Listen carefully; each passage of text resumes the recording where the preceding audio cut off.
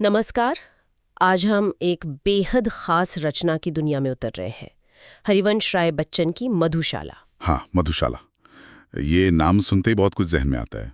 और ये सिर्फ कविता तो है ही नहीं, हिंदी साहित्य के लिए एक मील का पत्थर है। बिल्कुल।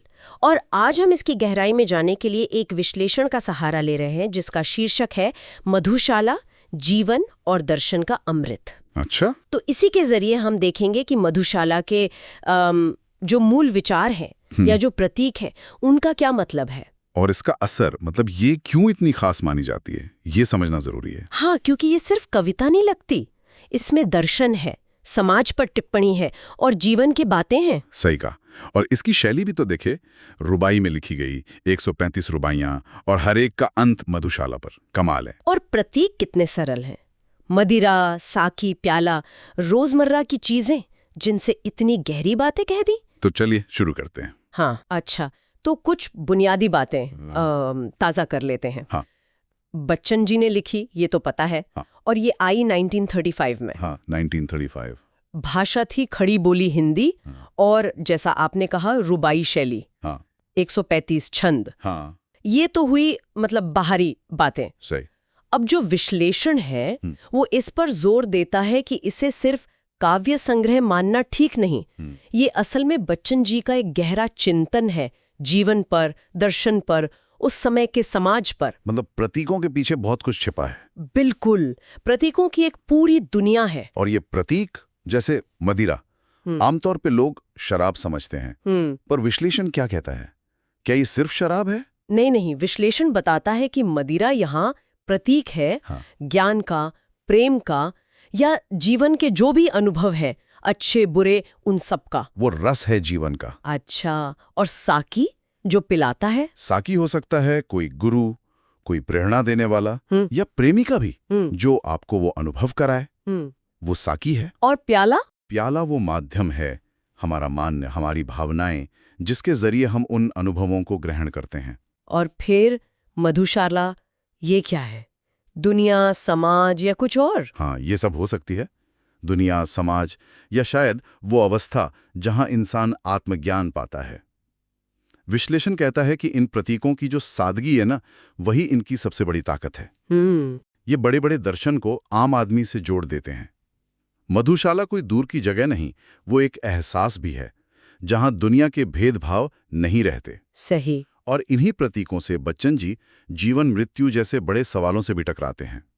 वो लिखते हैं, मृदु भावों के अंगूरों की आज बना लाया हाला। हाँ, ये पंक्ति तो बहुत मशहूर है। विश्लेषण कहता है कि यहाँ जीवन कितना नश्वर है, क्षणभंगुर, लेकिन साथ ही कितना नशीला, कितना आकर्षक है। ये दोनों बातें एक साथ हैं, मीठा भी पर अस्थाई भी। और प्रेम की बात भी इसमें है, पर वो शायद आम रोमानी प्यार जैसा नहीं है। नहीं, बिल्कुल नहीं। विश्लेषण इशारा करता है कि ये आत्मा की प्यास है, खुद को जानने की यात्रा है। जैसे वो पंक्ति है, उस मधुशाला की मस्ती में हर दर्द पीना है मुझे। मतलब दर्द से भागना नहीं, उसे भी अनुभव का हिस्सा बनाना, उसे भी पीना। और वो पंक्ति जो आज भी लोग दोहराते हैं, मंदिर मस्जिद बैर कराते, मेल कराती मधुशाला। आहा, हाँ, ये तो। विश्लेषण खास तौर पर कहता है कि 1935 के माहौल में ये लिखना बहुत हिम्मत की बात थी। हाँ, उस जमाने में तो ये बहुत बड़ी बात रही होगी। सीधे सीधे धार्मिक कट्टरता और पाखंड पर चोट थी कि ये जो धर्म के नाम पर दीवारें खड़ी करते हैं, मधुशाला उन सबसे ऊपर है, वहां सब बराबर है, वो मेल कराती है, बैर नहीं। सही कहा। और आखिर में सब कुछ घूम फिर कर दर्शन और आत्मज्ञान पर आ जाता है। बच्चन जी कहते हैं, सब कुछ यही है, नर्क, स्वर्ग, खुदा, रसूल, मधुशाला। इसका क्या मतलब हुआ? विश्लेषण क्या कहता है? मतलब साफ है। विश्लेषण के अनुसार सत्य या ईश्वर की खोज कहीं बाहर जाने से नहीं होगी। हाँ। वो मंदिरों या मस्जिदों में नहीं है, वो तो अपने अंदर है, अपने अनुभवों में। वो मधुशाला हमारे भीतर ही है। वाह! और इसका असर तो जबरदस्त रहा होगा। बच्चन जी तो घर घर में जाने गए इसके बाद। हाँ, रातों रात। विश्लेषण बताता है कि ये सिर्फ पढ़े लिखे लोगों तक नहीं रही, आम लोग इसे गाने लगे, गुनगुनाने लगे। इसने हिंदी कविता को भी तो एक नई दिशा दी। बिल्कुल। भाषा देखिए कितनी आम है, कितनी सरल, पर उसमें गहराई कितनी है, और लय ऐसी कि जुबान पर चढ़ जाए। और इसका वो ऐतिहासिक महत्व उस समय के हिसाब से। हाँ, वो भी है। विश्लेषण के मुताबिक सोचिए 1930s का दशक, देश में आजादी की लड़ाई, सामाजिक उथल-पुथल। ऐसे में मधुशाला ने खासकर नौजवानों को एक तरह से आवाज दी, परंपराओं पर सवाल उठाने की, रूढ़ियों को तोड़ने की हिम्मत दी। तो ये सिर्फ कविता नहीं, एक तरह का आंदोलन बन गई। हाँ, एक सांस्कृतिक आंदोलन कह सकते हैं, जिसकी चर्चा हर जगह हुई।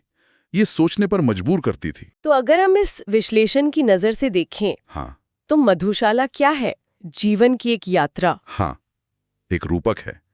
जीवन जैसे एक हाला है, एक शराब, हर अनुभव उसका एक घूंट, और हम सब उस मधुशाला के राही हैं, अपनी अपनी प्यास लिए हुए। सही कहा। और अंत में एक पंक्ति है बच्चन जी की, जिसे विश्लेषण ने भी उभारा है। सोचने वाली बात है। कौन सी? प्यास तुझे तो विश्व मिलेगा, बंद न होगी मधुशाला। हाँ, ये गहरी बात है। शायद यही कि जब तक जीवन है, जब तक जानने की इच्छा है, अनुभव की प्यास है, तब तक ये दुनिया, ये ज्ञान का भंडार, ये मधुशाला कभी बंद नहीं होगी। ये खोज जारी रहेगी हमेशा। ये तलाश कभी खत्म नहीं होती।